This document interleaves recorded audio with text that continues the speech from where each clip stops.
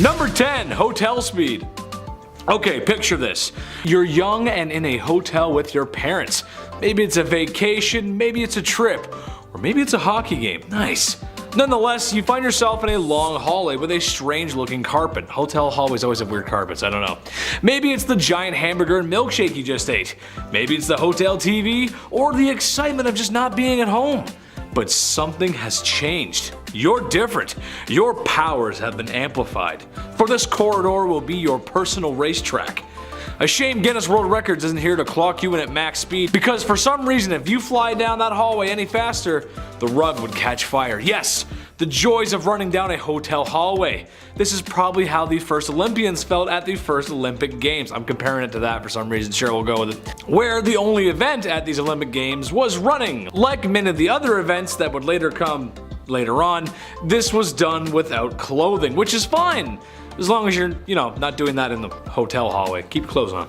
Number 9, WWE, brother. Only if you could have seen the look on my face when I discovered that wrestling in the WWE isn't as real as I thought it was. The shock, the confusion, and the loud ringing in my ear. It was pretty serious for me. I got really into it as a kid. Gave me some Vietnam flashbacks, seriously. You mean to tell me that there was an intricate planning into every hidden fall, every entrance, and every time we heard the sound of a steel chair connecting with someone's forehead? Oh man.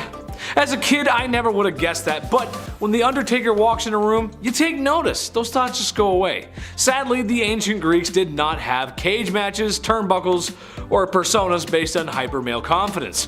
What they did have, however, was some real wrestling, some bare knuckle, no clothes, oiled up kind of wrestling. Nice. Instead of a one leg up pin, a scoring system was used for when the opponent's body was on the ground. And I'm sure lots of people got injured in the process. No thanks. I'll stick to the cage matches. Number 8, pancration. Here's another story for you. It might seem kind of silly, but growing up, I got to witness the birth of a mainstream sport. The UFC got its start in the early 90s, but blew up in the mid 2000s.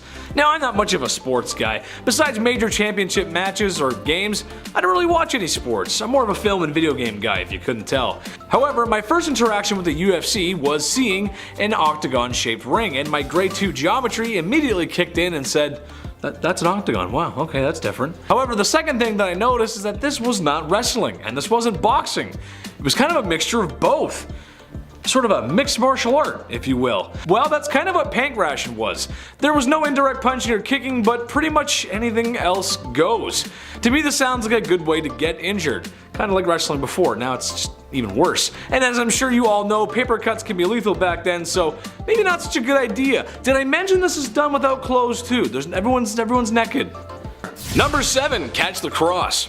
Here's a modern one for you that I think was pretty cool. Always learning here at Bumblebee. This is new for me. Catching the cross may sound like something you do at a wedding. Instead of a bouquet of flowers, you catch a little Jesus. There you over here, oh, I want it. All jokes aside, this is one of the biggest celebrations of Orthodox Christians. Basically, it works like little weights your mom bought for the pool so you can practice diving. A priest throws a cross in a holy blessed body of water, and then young men from around all the village come and dive to retrieve it. Diving for weights was one of my favorite things to do as a kid. A cross? Sure, we'll go for it. We'll do it. Let's go. I'll dig up some Jesus. Let's go. Number 6, Ragutsaria. Halloween. North American children's favorite fall holiday. When I went to college, I made friends with a lot of international students, and for a lot of them, it was going to be their first Halloween that coming fall. It was a pretty cool experience to have their first with me. It was pretty cool. Who doesn't love Halloween? Personally, I prefer the costumes that were funny over scary, right? I've done so many funny things. Well, what if I told you that there's a similar holiday in Greece, just less Value Village costumes? In January, people in Castoria City wear scary masks and exorcise demons from the city. Who are you gonna call? Once all these spooky demons have been scared off, the masked people pass by where they sometimes receive coins for their ghost-busting services. That's kinda cool. You wear a mask, go scare someone, and then you get a coin. There's a coin for you. Have a coin. I'll take the drachma. Do they still use drachma? No, it's euros, right? Number 5, Virgin Mary snakes. Okay, this one is a little strange, especially if you've got an issue with snakes. I pride myself living in Canada because we have so many few species of venomous snakes. I believe it's 4 to be exact. That's It's good. 4 is a good number. That's not a shot at Australia. I love you guys, but you've got too many. On the island of Cephalonia, there's an event that happens every year that resembles our Groundhog Day. Except it's not freezing cold out, and we're not waiting hours for a small town mayor to tell us if he saw a groundhog shadow or not and to vote for him in the next election. On the 15th of August is the celebration of the Dormition of Virgin Mary. During the service in the Church of the Virgin Mary and Marco Polo, harmless little snakes appear inside around this church, and at the end of the day, they disappear. As legend tells it, it's because pirates showed up to the island, and thanks to prayer, some snakes showed up as well to chase off said pirates. Kind of a weird story. It's kind of like Groundhog Day, sort of, kind of, right? There's a connection there, sure. Number 4, Christmas boat. Christmas boat, oh Christmas boat, I'm full of turkey, I hope you float. Isn't that cute? That was cute. That was good. I don't know about you guys, but if you've been watching here for a while, you know that I love Christmas. It's my favorite holiday. I love the music, I love the joy in the air, I love spending it with the whole family, grandma and grandpa, the snow, I love it all. And especially the movies. I love Christmas movies. Christmas Vacation is my favorite. Least favorite, Polar Express. It's not as good as people think. I don't know why people keep telling me that. It's not that good. It's not Tom Hanks' best work. Well, what's always good is decorating the Christmas tree. Well, as it turns out, some places in Greece, they decorate the kavarki, which is actually a boat with Christmas decorations instead of a tree. I can go either way, but with the boat, there's less pine needles to clean up and less for the family pet to eat and eventually vomit on the Christmas tree. That happens every year. I swear to God, I got a cat and it just does a little hairball on the little thing around the Christmas tree. The skirt, that's what it's called, the skirt. Anyway, number 3, the long jump. After running and running in armor, it was discovered that jumping makes for a great Olympic event. How high? How far? It's simple, really. It should come as no surprise that I did not perform well in that section of track and field day at school. To my disadvantage, there was no strength-based events because it was considered unhealthy for us because we were so young. Yeah, I wasn't sure about that. My counter to that argument would be, why are you making tubby kids run the 1500 meter? That's liable to have the kid with asthma writing his math test in the hospital bed later. I'd probably be joining him. However, I am a supporter of the ancient Greek jumping event. Basically, athletes gotta jump as far as they can whilst holding 2 large rocks. Now, if we did that today, people would know what it's like to do a long jump when grandma feeds you too much. Yeah, it's not easy. Number 2, the discus, the javelin, and the hammer. Sounds like a good band. Hey, these are all events that we still compete in today. That's awesome. But doesn't it make you nervous when the athletes are throwing those bad boys around? Especially the hammer throw. God, it just makes me so nervous. While I couldn't find an exact example of an accident happening, I doubt the ancient Greeks had safety in mind for spectators. The discus was made from stone or bronze, and they were tossing those suckers the same way Guy Fieri tosses Caesar salad. Which is a lot because he's kind of a big guy too.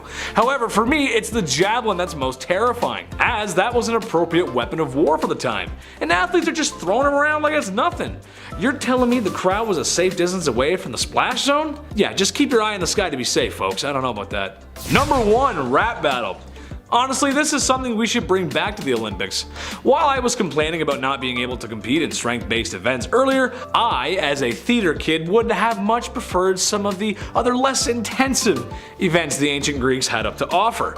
The ancient Greeks were not just chucking stones and chafing in bronze armor. There was also a competition with the arts.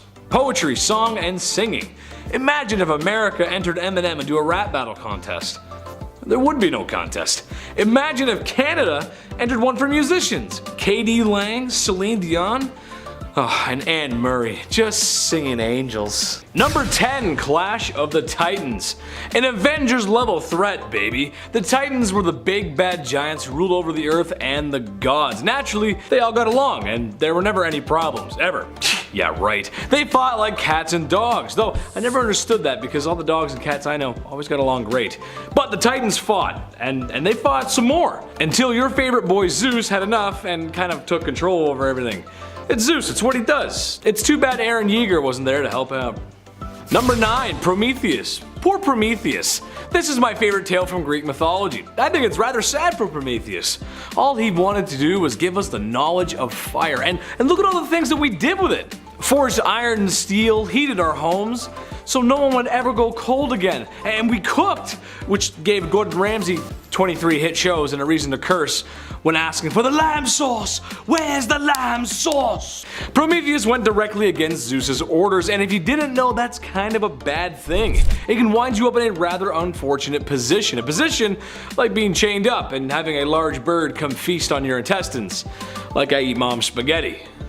She makes a good spaghetti. Thanks, Mom. You make a good spaghetti.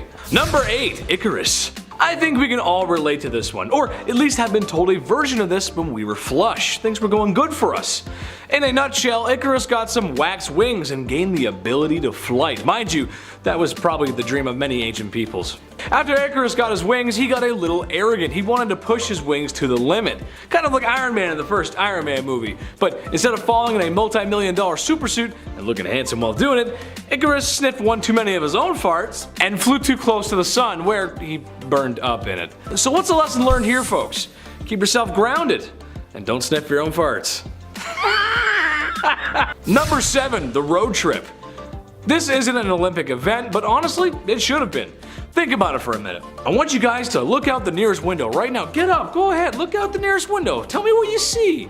You probably see a road with cars. When you need a fast food fix, it's as simple as getting in a car and driving on the road to your destination. Or getting it delivered with your favorite food delivery app. It's 2022, we can do a lot of crazy stuff now. What I'm getting at is that people from all over the Greek city-states came to Olympia to witness the first Olympics. Except, you know, it would have been a triathlon just to get there. Frankly, my biggest fear, walking.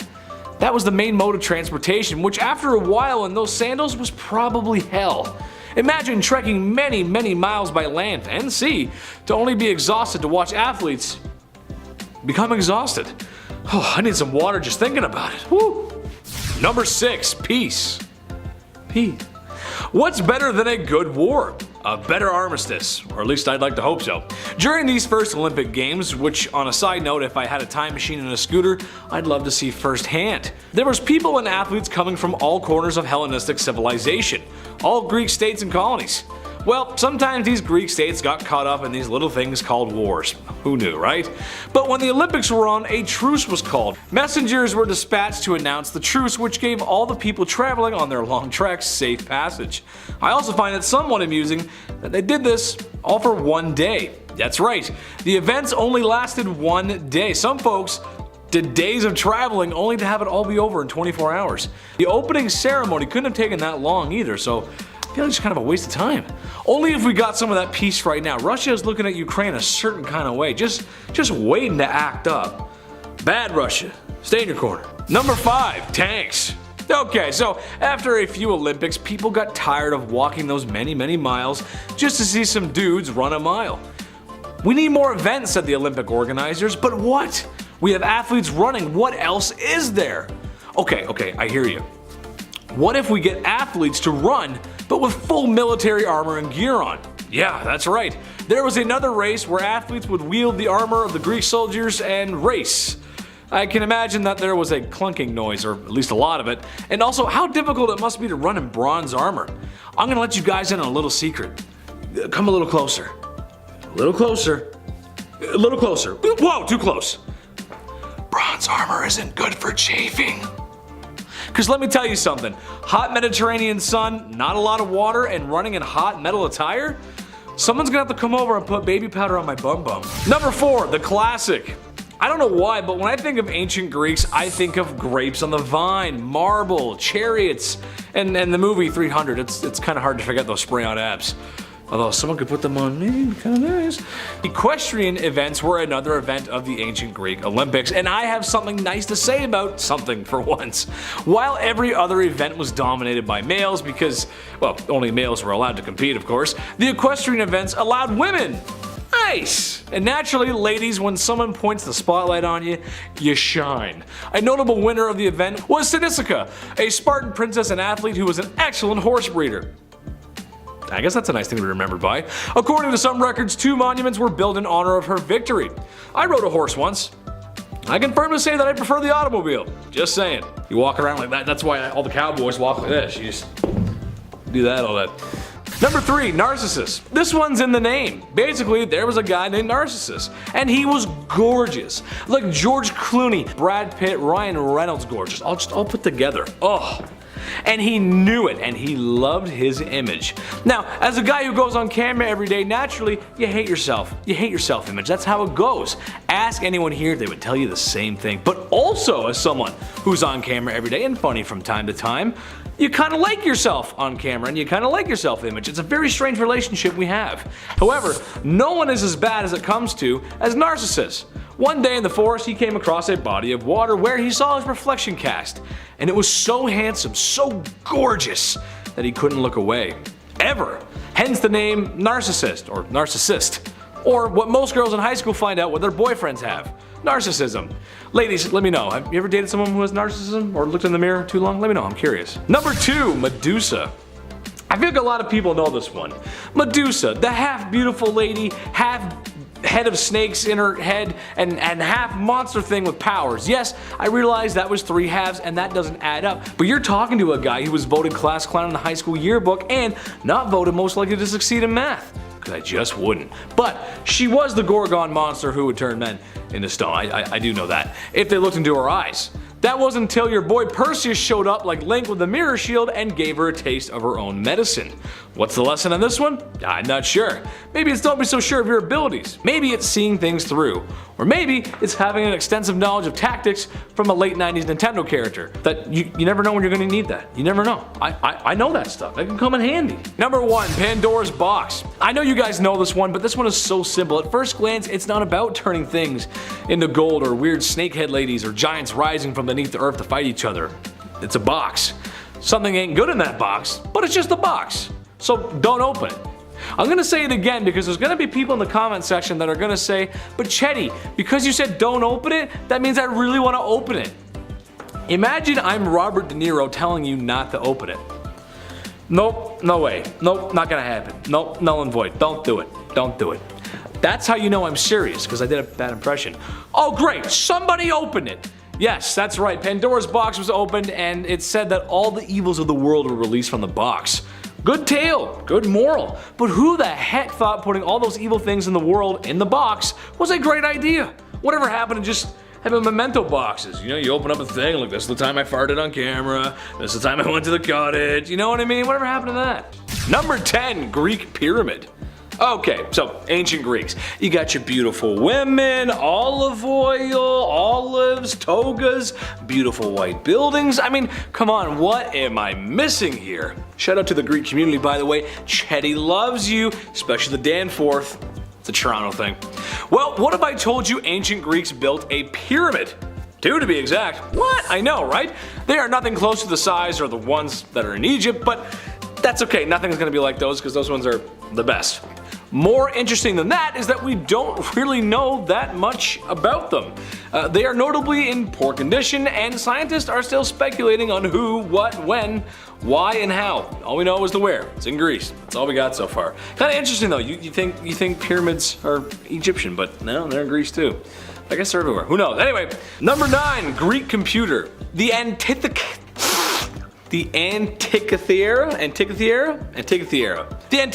mechanism. Ooh, I said that right, I hope.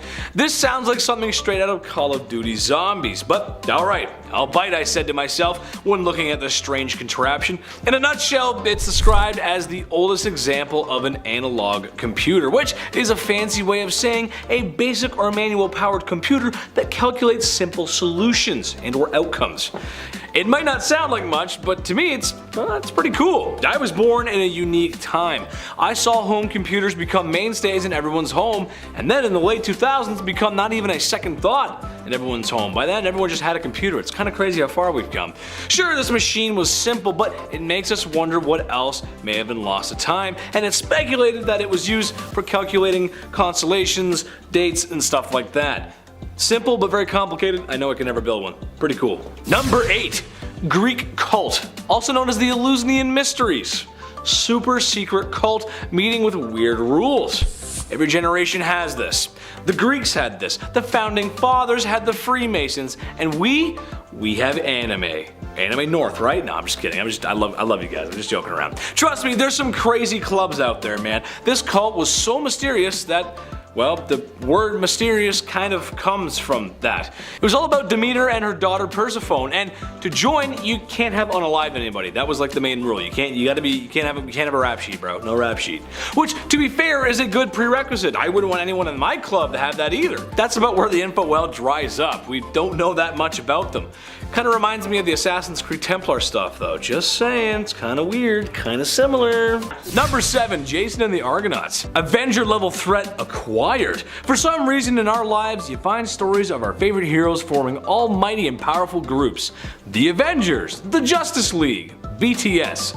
That one might have too much power. But yes, Jason and the Argonauts were a band of heroes on adventures, slaying beasts, taking names, and Greekifying the area. Sadly, for Jason and the Argonauts, every time they try and make a movie about it, it just never worked for them. I don't know. They had a visually impressive one in the 60s, and everything after that has just been a complete misfire. Hollywood, if your casting calls come my way, just know I make a great Jason. Look at me. I could be Jason. Got a sword, a shield. And there we go, that's it. Number 6, Hercules. Hercules, the strong one. Or the one where Danny DeVito coaches him through the process of being a Greek legend. If Danny DeVito is coaching you through anything, that probably means you're gonna come out on top. And yes, before you start typing in the comment section, technically speaking, Hercules is the Roman copy of Heracles. I know. However, it's kind of one of those things that everyone just knows the one, so anytime a Greek dude shows up with muscles, you blush and you think of Hercules.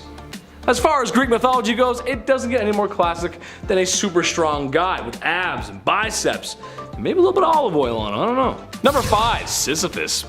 Oh baby, do I feel this one. Story of my life, honestly, day late and a dollar short. Some of you folks at home may also share the same fate as me and this chiseled Greek man doomed for eternity. This one is also one of my favorites. Basically, Sisyphus was cheating the devil. Cheating death itself, actually. After sliming his way out of the underworld one too many times, Big Daddy Zeus had to intervene. Also, when I say I relate to him, it's not because I'm a trickster who cheats my demise or cheats the devil or Hades. I'll explain. So, after Sisyphus had done what he'd done, Zeus sentenced him to roll a giant boulder up a hill for eternity. When he gets to the top, she rolls back down to the bottom and he has to start all over again every day for the rest of time. Not just life, for time.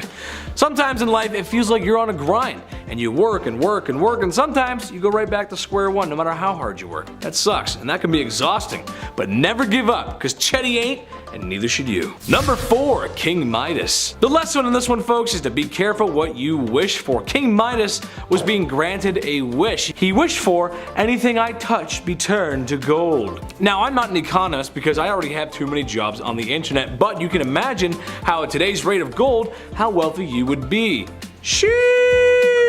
Yeah, gold was valuable back then, but now, wowie. So his wish was granted, and everything he touched turned to gold, which, for a good couple hours, must have been the most fun anyone has ever had, ever. Dude was seeing drachma signs. However, this wealthy gift he had been given quickly turned into a curse, or a burden. Everything he touched turned to gold. That included his food. Because of this, he starved. To fix this burden, he bathed in a river, and it said that's why gold can be found in that river. I wouldn't mind having that power myself, but if I made food gold, or even worse, what if I made my beer gold? The har. Number 3, Pythagoras. A squared plus B squared equals C, or something like that. Or as Google calls it, the square of the longest side of a right triangle is equal to the sum of the squares of the remaining 2 shorter sides. Pretty sure I heard my math teacher talk about that once, but it's not that important, right? I'm not doing much math, and my high school math teachers. I digress. I shouldn't be mean because she was actually one of the best teachers I ever had. The subject sucked, but she was great. Shout out to Miss Savage, you're the best. It seems the life and work of Pythagoras are somewhat of a mystery, to the point where, well, it's like third-hand information, and that's never good. A lot of him is told through that of Romans, which is then told through Germanic tales of him, so really, we're just not 100% sure. But his math survived, so maybe there is some truth to it. Who knows? He made it to my math class, so. Number 2, Homer. known as an overweight American family dad who resides in an unknown state at 742 Evergreen Terrace. Just kidding, we're talking about the smart Homer, who arguably wrote two of the best literatures ever, the Iliad and the Odyssey. Some historians believe that Homer may not have actually existed though, and just like his yellow counterpart. There are some that think perhaps Homer was just a writer's name and it was actually a teamwork of actual writers who composed the work. It doesn't change the work, but well, we'll probably just never know. Number 1. Lost Island. Greeks seem to have a knack for losing islands in the ocean. Atlantis and now this. Today, in what is just off the coast of the Dilkali Peninsula, was the island of Argonusa and the city of Cain. Philosopher Xenophon talks of the city and its battles. However, if you look there now, you would not find very much, as the island has sunk and the city is gone. It's kind of hard to live underwater, we're not fish. Now in its place is the peninsula. A team of archaeologists in 2015 declared this was the site of Cain after discovering evidence of an ancient harbor. Ottoman maps depict the island being sunk as early as the 1600s. Look at that, you learn something every day here. Look at that. At number 10, spicy defense. Usually when you think about wars from ancient times, you think of swords, spears, bows, and arrows as being the primary weapons used to fight, but that wasn't entirely the case with the ancient Greeks. It turns out that their warfare was a lot more advanced than you'd think. The ancient Greeks were actually known to have used chemical warfare as part of their defense. They were known to use poison-tipped arrows and incendiary weapons. The earliest example of such a thing in ancient Greece comes from the siege of Plataea in 429 BC, when Spartan soldiers set fire to a wood pile with sulfur, releasing sulfur dioxide gas into the air and forcing the opposing force to flee their positions. According to other accounts, they may have also poisoned the water supply. The most famous case of chemical warfare from the Greeks, however, comes from the Byzantine Greeks when they invented a petroleum-based substance that couldn't be extinguished with water and would be fired from tubes that were attached to Greek ships. What's so cool about that is the fact that no one has ever been able to recreate it. At number 9, hashtag roasted. I'm sure you've no doubt heard of the messed up punishment devices that have been used throughout history. I have to say that the people of the past were very creative when it came to coming up with ways to bring harm to others, and the ancient Greeks were no exception. I mean, they certainly weren't the worst when it came to their punishments, but they still were going a little overboard. One of their famously horrific torture devices was called the brazen bull. It was a large hollow casting of a bull made from bronze that had a door installed into the side of it. When someone was up for punishment via the brazen bull, they would be stuffed inside the statue, the door would be closed on them, and a fire would be lit under the bull, heating the metal statue. The person inside would then be sadly roasted alive. I would much rather be roasted on Twitter than inside this mighty metal bull, that's for sure. Before we carry on talking about the messed up things that went on in ancient Greece, why not take a moment to leave a like on this video if you're enjoying it so far, and while you're at it, consider subscribing to the channel to see more videos like this one. At number 8, questionable relationships. The ancient Greeks had some pretty questionable habits when it came to the coming of age of young Greeks. The idea of a relationship between an older person and one who has not yet come of age was not only normal, but was encouraged. As part of the coming of age of young Greek boys, they would be part of a ritualistic kidnapping. Now don't worry, they weren't actually being taken from their beds in the middle of the night. This was more so an agreement made by the boy's father ahead of time, but either way, they would still be taken by an older person from the community, where they would be taken out into the wilderness and taught how to hunt, they would feast, and they would learn how to be an adult. They would later return to the community, where they would be given a choice of either severing ties with their adult partner or continuing their relationship with them. It's certainly a little unsettling, the fact that this kind of thing was normal. Number 7, the first actor. Lights, camera, action. Marlon Brando, Robert De Niro, Leo DiCaprio, some of the best actors of our time. Marlon Brando would probably say he's the worst in some sort of weird humble brag, but that's just the guy he was. However, who was the first? Thespius, who jumped on the back of a wooden cart and began reciting poetry as if he was the character. Art. Today that would probably get you locked up in a rubber room, but back then it was art, thus inventing thespian theater. You gotta appreciate waking up one morning and just inventing a new art medium. Yes, I love to be in the back of carts. Yeah. Number 6, the Colossus of Rhodes. Another one of the 7 wonders of the ancient world is the Colossus of Rhodes, erected by Charles of Lindos in 280 BC. It was constructed to celebrate the successful defense of Rhodes City against an attack by Demetrius Poliorcetes. That's the best you're gonna get, folks. Who had besieged it for a year with a large army and navy. According to modern descriptions, it was 33 meters high or 108 feet in American. During an Arab conquest in 653, she was completely destroyed and all her scraps were melted down or sold. Since 2008, there has been talk of rebuilding this beauty, and hell, I say why not? It would give me another reason to travel to Greece. I want to do traveling, baby. I want to get on my airplane for the first time. You know, get on there. Maybe make a vlog of it. That'd be kind of cool, right? Number 5, Statue of Zeus. Another one of the ancient wonders of the world. The statue of Zeus was a giant seated figure depicting the almighty Greek boy at 41 feet tall. Made by the Greek sculptor Phildias around 435 BC, built inside the temple of Zeus. The statue was made of gold and ivory, totally non-opulent resources, ornamented with ebony, ivory, and more gold. Can never have enough. However, it was lost during the 5th century, and really the only details we know about it are from the ancient Greek descriptions and representations on coins.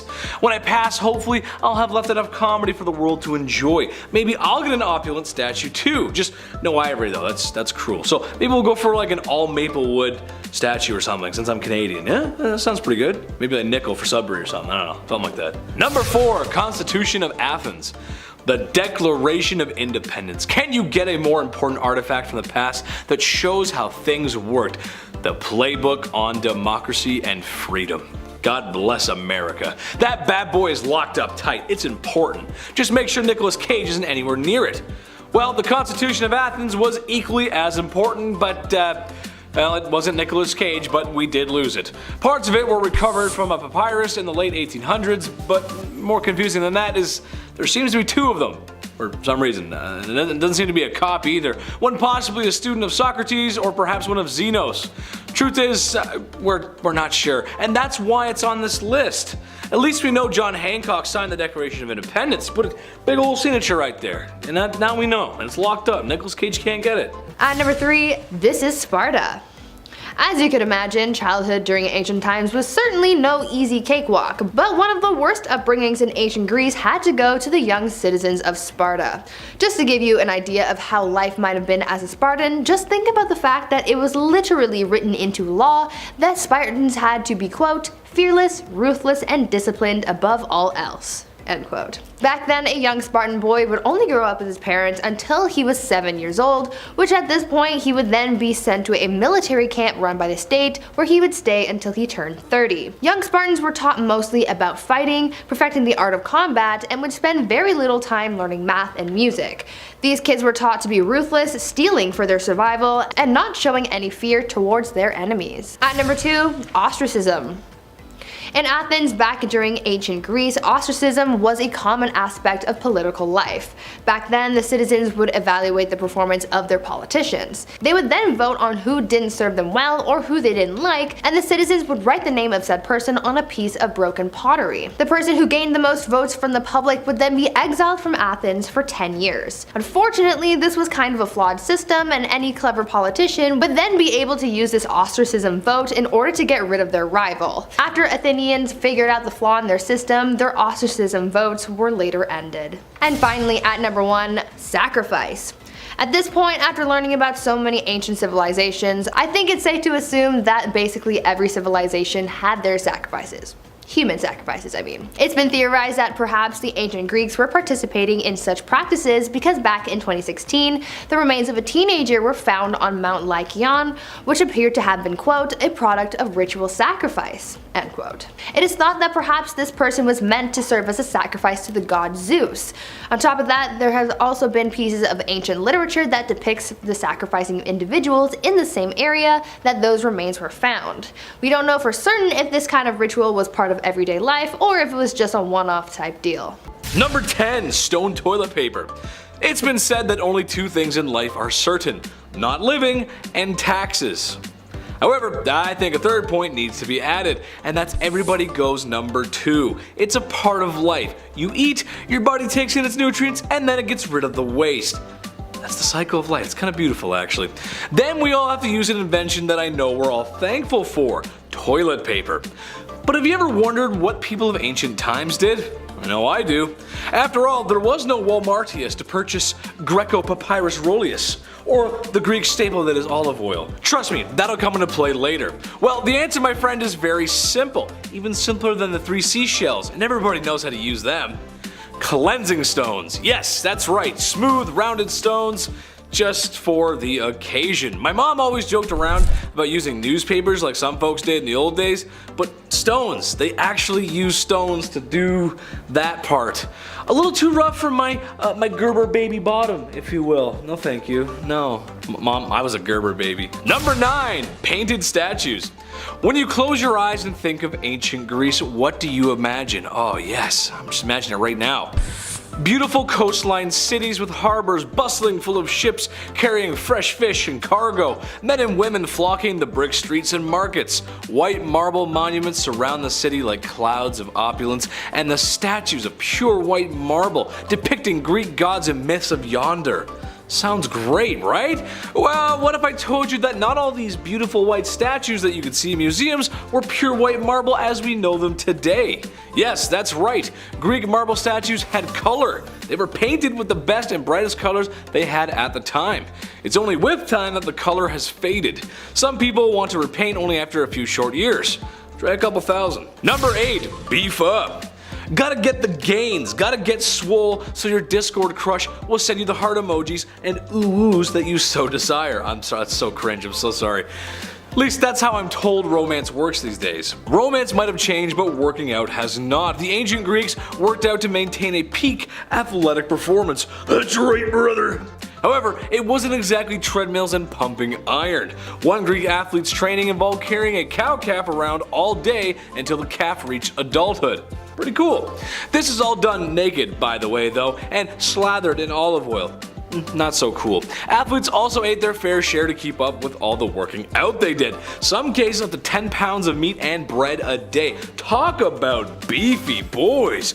That's right, brother. At number 7, backwards logic. It was tough being a woman in ancient Greece. I mean, it's been tough being a woman at any time throughout history, and we're still fighting for our place in society on many fronts, but back in the times of ancient Greece, they had it really bad. Part of Greek society included the notion that women were objects, and as a result, the Greeks saw adultery as a worse crime than non-consensual relations. Now you're probably scratching your head thinking, why? And my dear viewer, I will tell you why they had this sort of backwards logic. You see, since women were considered to be objects and property, any kind of misconduct or mistreatment to a woman, especially one's spouse, this was considered to be almost like theft of this object, and so if found guilty, the person responsible for this injustice would be tried for adultery, not the real crime at hand, being the mistreatment of a woman.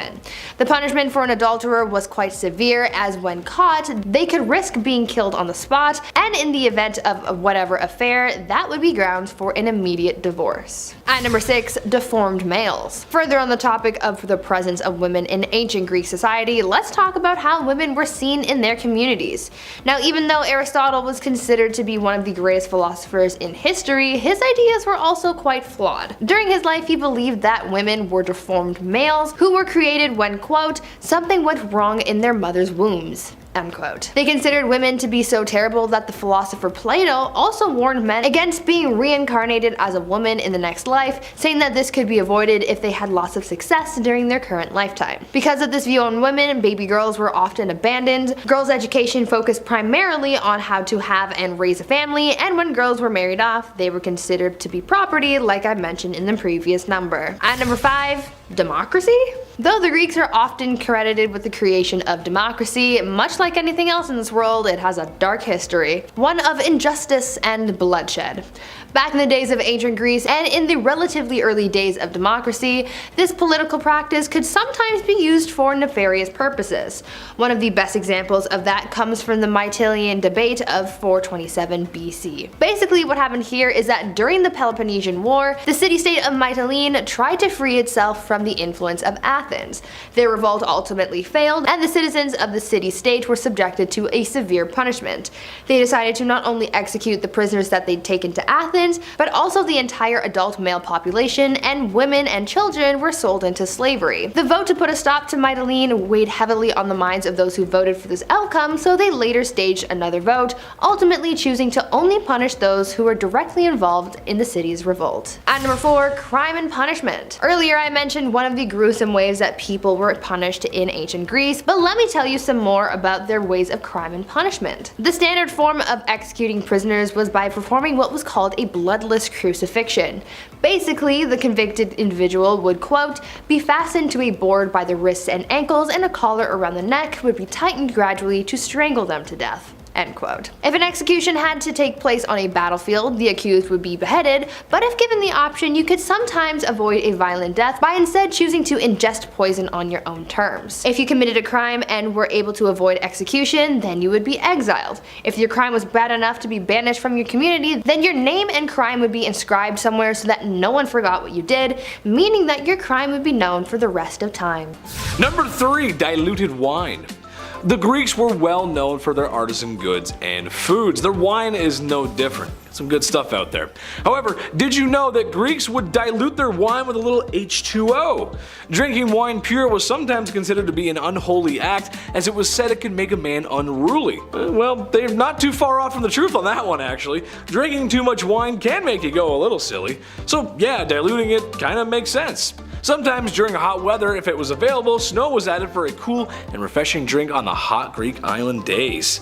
Sounds kind of nice, kind of like an ice spritzer, a Greek ice wine spritzer. How nice, wow. Number 2, the finger. The ultimate hand gesture. I know you're gonna have to blur it out or not even put it in, but here we go, that's what I'm talking about. The ultimate hand gesture. It starts with a, hey, I'm walking here, and ends with a simple finger in the air. It's been used for centuries and will probably be used for many more. Ever wondered where the origins of the most powerful hand gesture besides Darth Vader's force choke come from? Well, the almighty gesture has its origins in ancient Greece. Who would have thought? While no one is 100% sure the exact origins of it, we know it was used back then and it was around. The very interesting Diogenes was known to use it against those passing by he was distasteful of. He didn't like a lot of people. Maybe it was because it was simple, phallic, or just kind of strange. But at the end of the day, we all know what it means.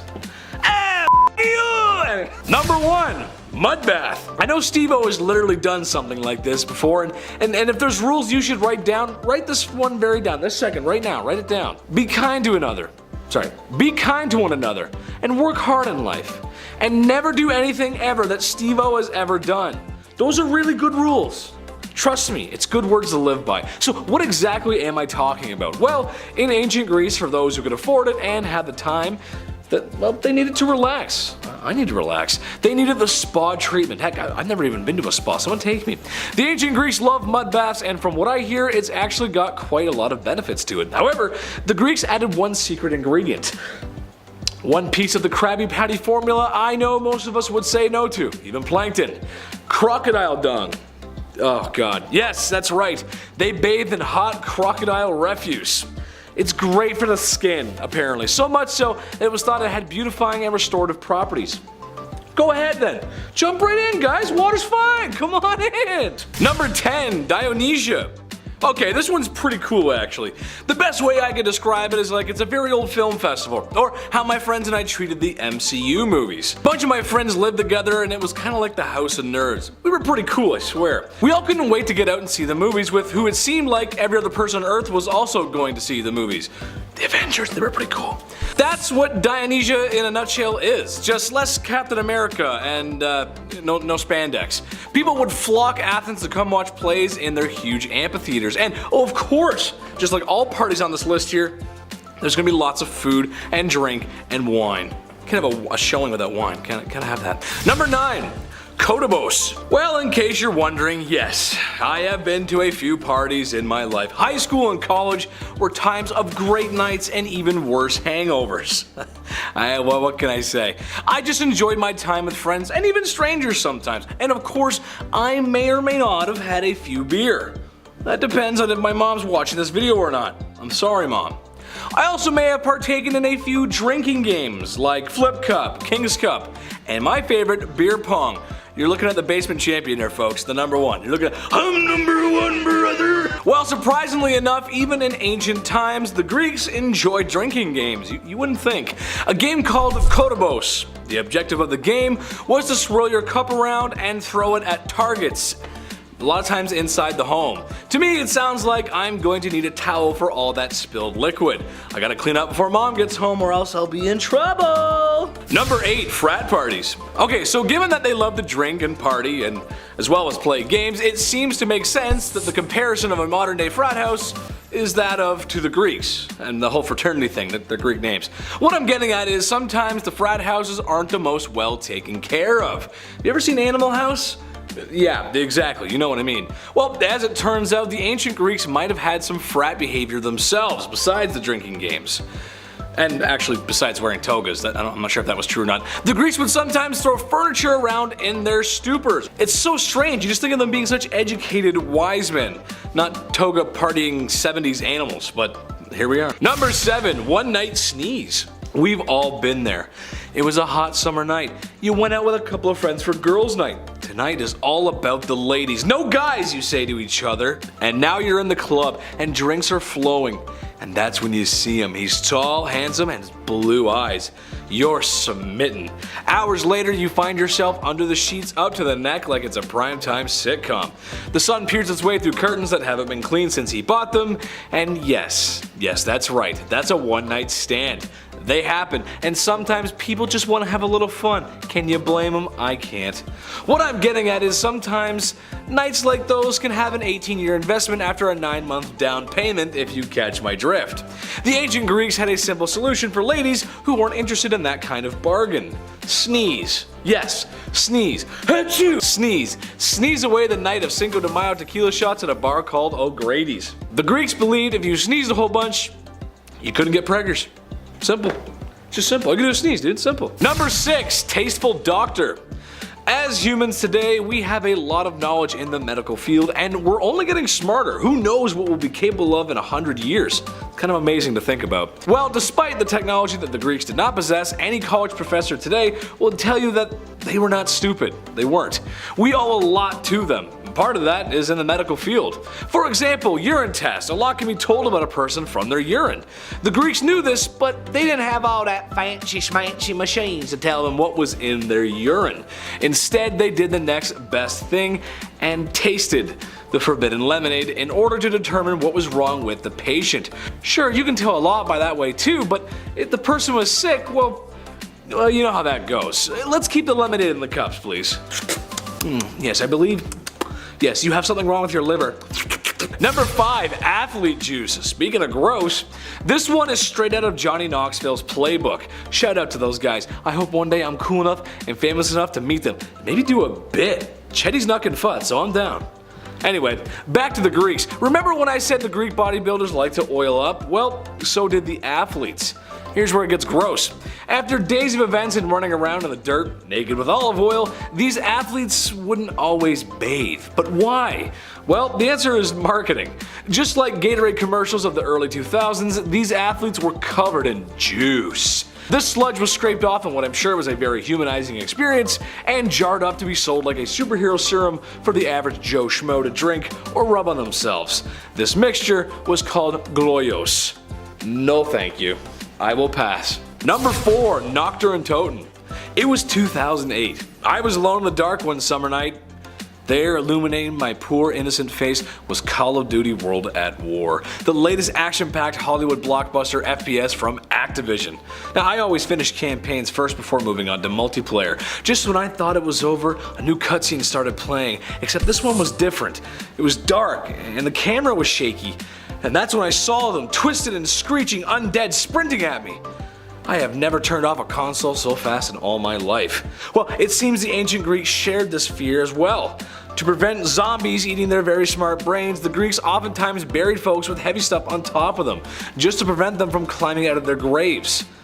That's the smartest people on earth, and they think the zombies are gonna come get them. That's crazy. Guys, come on. Number 3.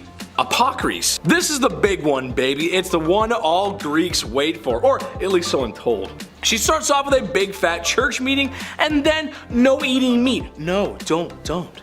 The whole thing lasts weeks with a surplus of dairy, cheese, and wine consumption, which is just fine by me.